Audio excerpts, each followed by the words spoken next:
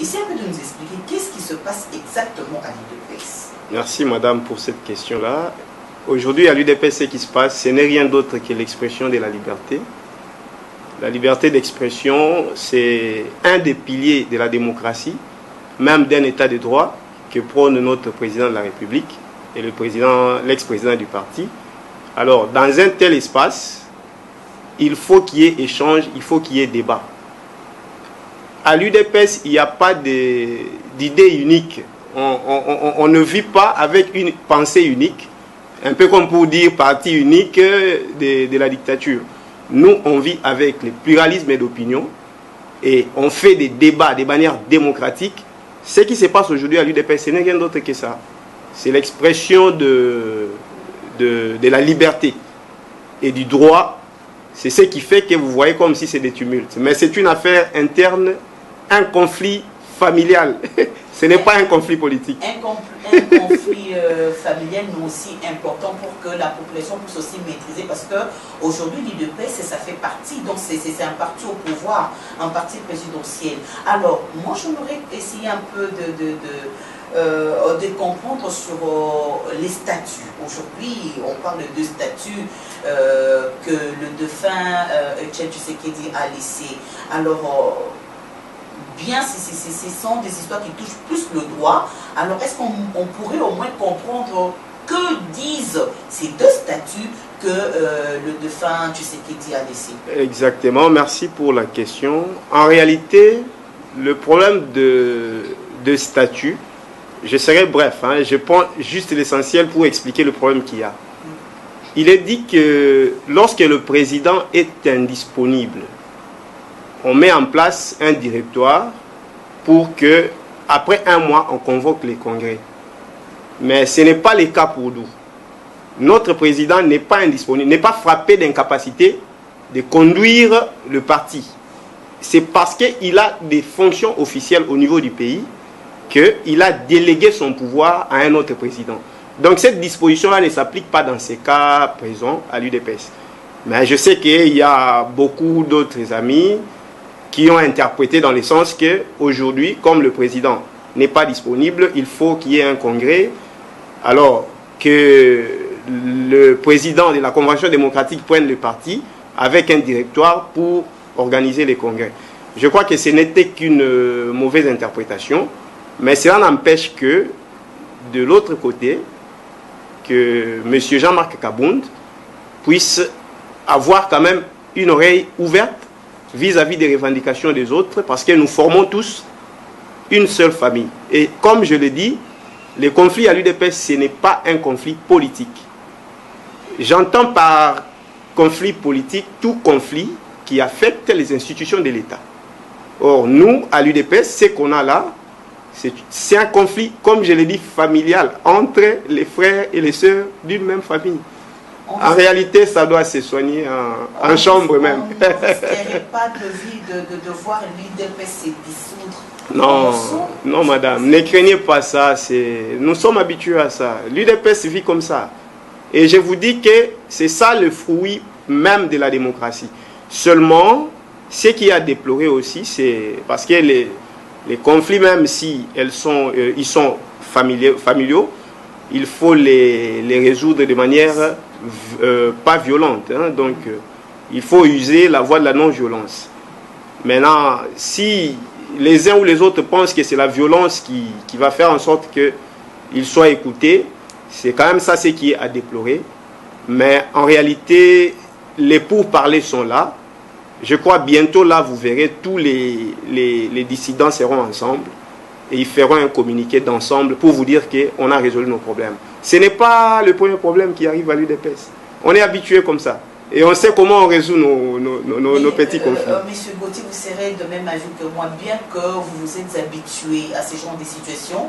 Là, vous n'étiez pas encore au pouvoir. Aujourd'hui, vous êtes en partie phare parce que vous êtes au pouvoir. C'est maintenant l'UDPS est maintenant en partie au pouvoir. Alors, selon ce que les autres disent, c'est comme si l'UDPS n'a pas été préparé à assumer la tâche de la responsabilité, comme je dirais, à la présidence. Donc c'est comme si c'est tombé à pic, vous vous retrouvez là, et voilà les conséquences d'aujourd'hui. Que dites-vous? Non, non, non, ce n'est pas tombé à pic. L'UDPS a lutté depuis 37 ans, donc ce n'est pas du hasard. Ce qu'on fait là, ce n'est pas du hasard. Nous maîtrisons bien ce que nous faisons. Et ce n'est pas pour rien qu'on est allé aux élections. Ce n'est pas pour rien que vous avez vu 7 millions et quelques de voix. Donc, ce n'est pas du hasard. Quand je vous dis que dans un parti politique démocratique, la liberté d'expression, c'est parmi les premiers signes. Les signes, que vous êtes préparé au pouvoir? Les signes élémentaires, je dis que le président de la République a dit que l'état de droit, l'instauration de l'état de droit au Congo, c'est parmi ses axes prioritaires. Alors, un état de droit implique beaucoup d'éléments, et parmi lesquels, les plus primaires, c'est la liberté d'expression. Et c'est ça qui se manifeste à l'UDPS, au fait. Nous, on ne vit pas la pensée unique. Tel a dit comme ça reste comme ça, il n'y a que ça, non. Nous vivons pluralisme de pensée, pluralisme, comme on dit, du choc des idées, jaillit la lumière. Donc, tout le monde dit ce qu'il pense, nous en discutons, et puis, à l'issue, on aura une solution. C'est au fait ça. Merci, M. Gauthier. C'est un bon exemple pour tous les autres partis. Il faut laisser les débats, il faut laisser les débats ouverts. Alors, dites-nous, comment analysez-vous les 100 jours du président de la République? En tout cas, c'est une réussite. Ça augure de très bonnes choses, moi, je vous assure. Déjà, comme pour rester d'abord sur la matière de l'état des droits, on a vu que les cachots secrets, nous avons été tous victimes. Hein. Nous avons fait 51 jours sans être vus par nos proches, par nos familles, dans des cachots secrets de l'ancien régime. Et aujourd'hui, c'est chose qui n'existe plus. C'est un grand signe déjà du point de vue état de droit et liberté. Ça, c'est un grand signe. Au-delà de ça, je prends les infrastructures, comme commencé par l'ancien président. Nous les poursuivons. Il y a beaucoup de signes, beaucoup de témoignages. Si vous balancez votre micro là en bas, tout le monde va vous dire que nous commençons à voir quand même que quelque chose bouge. Donc les 100 jours promettent, et moi je suis sûr que même... ces mots de route qu'on a vu, on est en train de réhabiliter, l'OVD réhabilite, mais les hôpitaux, l'eau, l'électricité, 100 jours, vous ne trouvez pas que c'était un les peu déplacements, très restreint? Les déplacements d'abord de populations, vous voyez le secteur du transport aérien, les déplacements vers Rwanda, Goma, aujourd'hui c'est devenu accessible quand même à tout le monde. C'est quand même accessible par rapport à ce qu'il y avait avant. Alors, M. Gauthier, le président de la République a prêté serment le 24 janvier, si je ne m'abuse. Aujourd'hui, on est presque le 15 mai. Le président de la République n'a pas encore fait sortir son gouvernement. Exact. Alors, essayez un peu de nous parler, parce que vous êtes des UDPS. Je pense qu'entre vous aussi, vous essayez un peu d'en discuter. Que pensez-vous? Comment un président de la République, 3 mois après, donc 4 mois après, n'a toujours pas un gouvernement? Quelle serait la base? Merci, c'est une question d'actualité, tout le monde en parle, mais je vais aborder ça pas de manière politique, plutôt de manière un peu plus rationnelle et scientifique.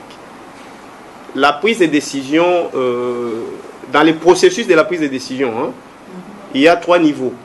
Il y a des décisions stratégiques qui se prennent au niveau supérieur.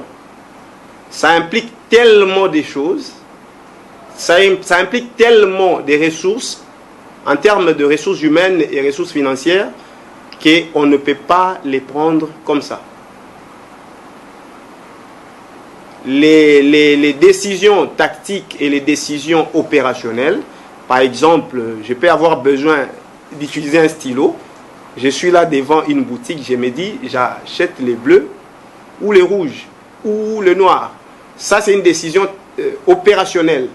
Ça se décide au même moment et ça s'applique.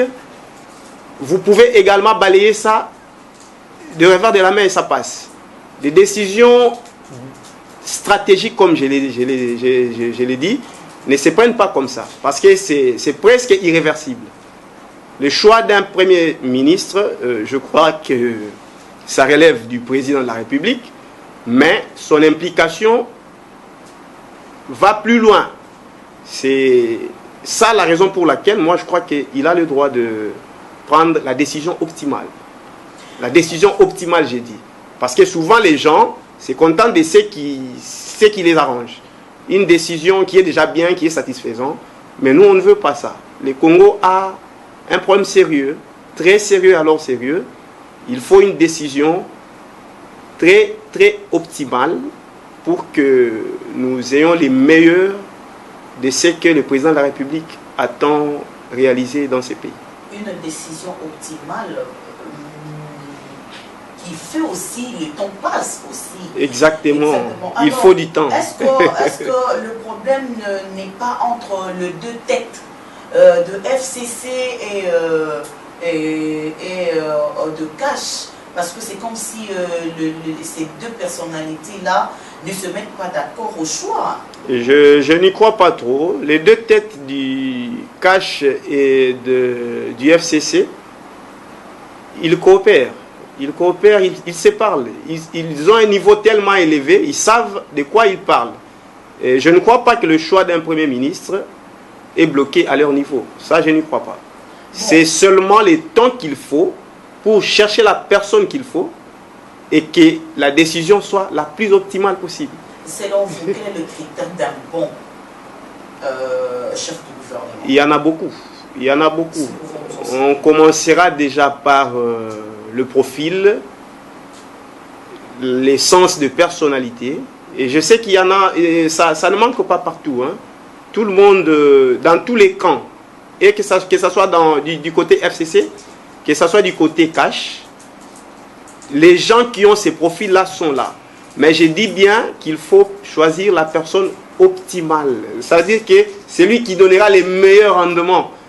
Si on choisit par exemple A et qu'il donne 50%, B donne 60%, C donne 80%, on cherche celui qui va donner 99,9%. C'est exactement ça. Comme ça prend du temps, ça veut dire qu'on vous prépare de bonnes choses. Comme je disais avant, les décisions stratégiques ne se prennent pas comme ça à la légère. Souffrons un peu, mais vous verrez que ça donnera de très bons résultats. Les choix que va opérer le président de la République. Ok, merci. Je sais que vous avez quand même votre propre profil, mais vous ne voulez pas l'étaler. Je peux vous comprendre. Alors, nous chutons déjà avec notre interview. Alors, si j'ai demandé à M. Boutier de nous parler un peu de la jeunesse congolaise, parce que vous êtes jeune, vous encadrez aussi des jeunes, et actuellement en RDC, les jeunes se sentent vraiment abandonnés.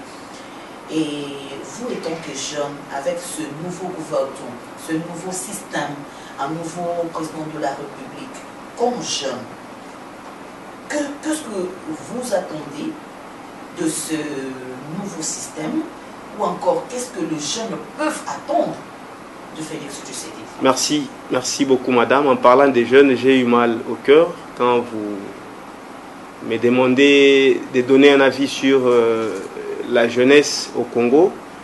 J'irai plus loin pour prendre les jeunes les plus jeunes qui ne vont pas à l'école. Et je suis content parce que le président de la République, lors de son discours avec les gouverneurs des provinces, il dit que parmi ces 4 axes, il y a les 4 axes stratégiques. Il parle de l'homme. L'homme doit être au centre de toute action que mènera les gouvernements. Alors, quand il cite les 20 piliers qui vont soutenir ça, il a parlé aussi de l'éducation. Les jeunes ont besoin de l'éducation. Il y a des jeunes qui ne vont pas à l'école. Moi, j'ai du mal à supporter ça. Et ce qu'ils doivent faire, ce n'est pas attendre. Je ne veux pas que les jeunes attendent. Les jeunes doivent agir. Tout le monde doit agir à son niveau. Qu'on n'attende pas les bras croisés, que les présidents fassent tout pour nous. Il faut agir en son lieu, de manière la plus objective possible, pour que tous nous puissions construire le pays. Merci, monsieur Gauthier Malika, cadre de l'UDPS. Vous occupez plus de la jeunesse. Un mot de la fin. En tout cas, je vous remercie de nous avoir fait confiance et appelé à cette interview. J'appelle les amis de l'UDPS à se réunir. Les linges sales se lavent en famille, que nous puissions tous laver nos problèmes internes en interne. Et au niveau du pays, je suis sûr, je suis très confiant que nous nous battons, nous cherchons les voies et moyens pour satisfaire le développement social que le président de la République est en train de prôner. En tout cas, que le peuple soit confiant. Par exemple, nous, dans notre lutte, nous allons faire en sorte que les derniers fonctionnaires du pays atteignent un salaire de 2800 $. C'est possible, nous pouvons prouver ça, c'est démontrable. Et nous, on se bat pour ça aussi. Merci beaucoup.